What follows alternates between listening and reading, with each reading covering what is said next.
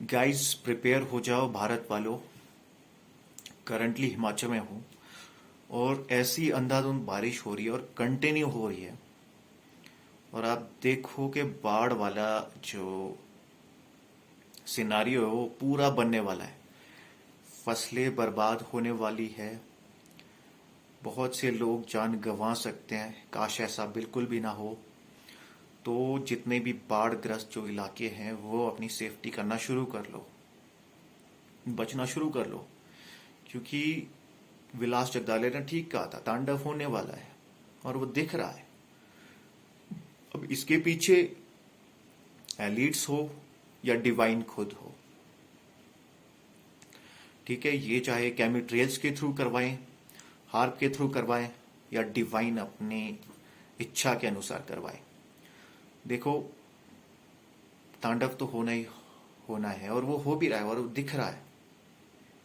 पहले तो एकदम बहुत सूखा पड़ा और अब कंटिन्यूअस बारिश। अब कुछ भी बोलो, कुछ भी नाम दे दो, हम कुछ नहीं बोल सकते हैं। लेकिन हमारा एक है कि जागो और जगाओ, अवेयर करो।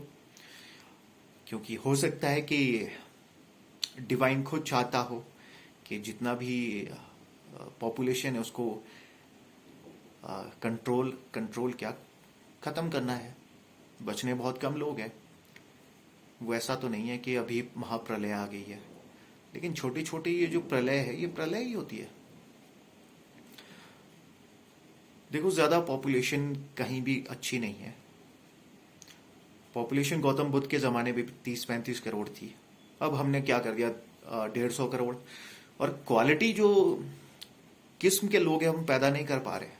पिछले 100 सालों में देख लो, हमने बहुत कम क्वालिटी लोग पैदा हुए हैं इस देश में। खासकर आजादी के बाद तो ग्राफ बहुत कम घटा है। इक्का दुक्का ही नाम हमारे पास है जो क्वालिटेटिव पीपल थे। बाकी तो हमने चोरों को, डाकुओं को, रेपिस्ट को इस देश में पैदा किया है। क्योंकि हम क्वालिटेटिव पीपल पैदा करना भूल गए, हम देवात्माओं को बुलाना भूल गए, हम प्रेतात्माओं को बुला रहे हैं। इसलिए आपने देखा होगा कि अब मैक्सिमम जो ऐसे जो स्थान होते थे ना जहां पर डराते थे पहले, अब नहीं डराते वहां पर।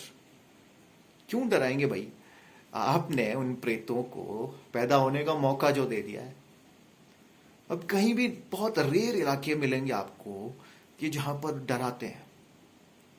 आज से 20 साल पहले हमारे यहाँ कुछ ऐसे इलाके थे जहां पर दिन दहाड़े डराया जाता था। इस तरह की स्पिरिट्स होती थी, इस तरह की एनर्जीज होती थी। लेकिन अब वहां पर कुछ भी नहीं है। आप रात को चले जाओ, अकेले जाओ, कुछ भी नहीं है। एक केस मैं आपको सुनाता हूँ, मेरे ताऊ के साथ हुआ था।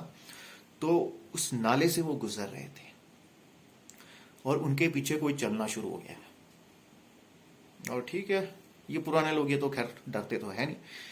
फिर वो जैसे एक अपनी जो हमारी नदी है उसको क्रॉस किया और नदी में भी वो छप छप छप। फिर ताऊ जी जो है पीछे मुड़े। उन्होंने बोला, भाई यहां तक तो इन्हें साथ दिया, अब तू यहां से चला जा। और फिर उसके बाद वो नहीं आया। तो इस तरह की जो स्पिरिट्स है, उस तरह का मौका जो है हम भारत वालों ने दे दिया है। क्योंकि पहले क्या होता था कि पहले युग में हम देवताओं से जो है पुत्र लेते थे, अच्छी स्पिरिट से पुत्र लेते थे, ऋषियों से पुत्र लेते थे। अब महाभारत में ले लो, जितने पांडव थे ये देव पुत्र थे और जो इनके जो बाप थे वो ऋषि पुत्र थे वेद व्यास के थ्रू। क्योंकि वो एक साइंस थी कि कैसे पवित्र आत्माओं को जो है वो बुलाया जाए। इस तरह के हमारे एक राजा हुए थे यहाँ। वो पुत्र प्राप्ति के लिए कश्मीरी पंडित के पास गए थे। फिर कश्मीरी पंडित ने उनको अभिमंत्रित करके कुछ शायद खीर जैसा कुछ दिया था। फिर उन्होंने अपनी रानियों को खिला के पुत्र उत्पन्न किए थे। क्योंकि वो साइंस थी कि दुनिया अच्छी कब बनेगी, जब दुनिया में अच्छी आत्माएं होंगी। अभी भारत में बिल्कुल भी अच्छी आत्माएं नहीं है। आप देखिए, हर दिन कितने रेप्स, कितने मर्डर्स होते हैं, कितनी चोरियां होती है। तो ये क्या बहुत अच्छी आत्माएं कर रही है अच्छे दल के? एक्चुअली मैं यहां तो मैं एलिट्स का भी सपोर्ट करता हूं कि हाँ, हमें पॉपुलेशन को तो कम करना ही होगा। किसी भी तरीके से। और जो आप लोग जो बचे हैं, जिन्होंने ये नहीं लिए हैं, जो समझ रहे हैं, जो इस तरह का कंटेंट देख रहे हैं, आप में वो तत्व है, देवत्व है, इसीलिए आप मेरी बात समझ पा रहे हो। हमें नेचर के साथ तो रहना ही पड़ेगा, क्योंकि नेचर का जो है वो बहुत शोषण हो चुका है। वो कुछ भी नहीं, वो एलिट्स भी समझ रहे हैं, लेकिन सबके पीछे डिवाइन है। जो डिवाइन जो कॉस्मिक एक नियम है, वो है, वो देख रहा है सब कुछ। तो हमें उसके साथ चलना है। और जो है, हमें क्वालिटेटिव जो एजेंडा है, एक तरह से जो डिजाइनर बेबी का एजेंडा है, वो अगर धर्म के साथ मिल जाए तो हम इन फ्यूचर बहुत ही क्वालिटेटिव पीपल इस दुनिया में लाने वाले हैं। इस दुनिया में साइंस और धर्म जिस दिन मिल गया, उस दिन ये दुनिया रियल सतयुग होने वाली है। देखिए, पाप हर वक्त था। पाप कब नहीं था?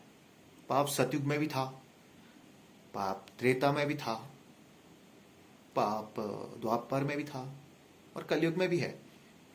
क्योंकि जिसके पास भी शक्ति आती है, वो क्या करता है कि डोमिनेट करता है, दूसरे को प्रताड़ित करता है। सतयुग में कितने क्षत्रिय राजाओं ने प्रजा को प्रताड़ित किया, उसके लिए परशुराम को आना पड़ा। त्रेता में रावण ने कितने अत्याचार किए, उसने तो देवता भी नहीं छोड़े। और द्वापर की बात करें तो भरी सभा में अपनी भाभी को जो नग्न करने का जो कुकृत्य है, वो तो खैर कलयुग में भी नहीं हुआ है। तो कलयुग में इससे पहले भी बहुत बहुत भयानक पाप हुए हैं। कलयुग को तो ऐसे बदनाम है, बट कलयुग सबसे बेस्ट युग है। ऐसा युग नहीं आ सकता है। और मैं बिल्कुल पॉजिटिव हूँ। बहुत ही अच्छा टाइम आने वाला है अच्छी स्पिरिट्स के लिए, क्योंकि ये जो कूड़ा कबाड़ गंद है, ये साफ होने वाला है।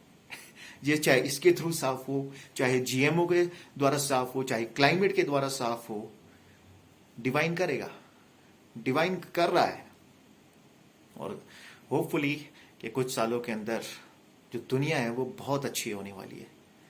एक संगम युग बोले, सतयुग बोले, कुछ भी बोलो, जिसमें टेक्नोलॉजी और धर्म साथ मिलके काम करेंगे।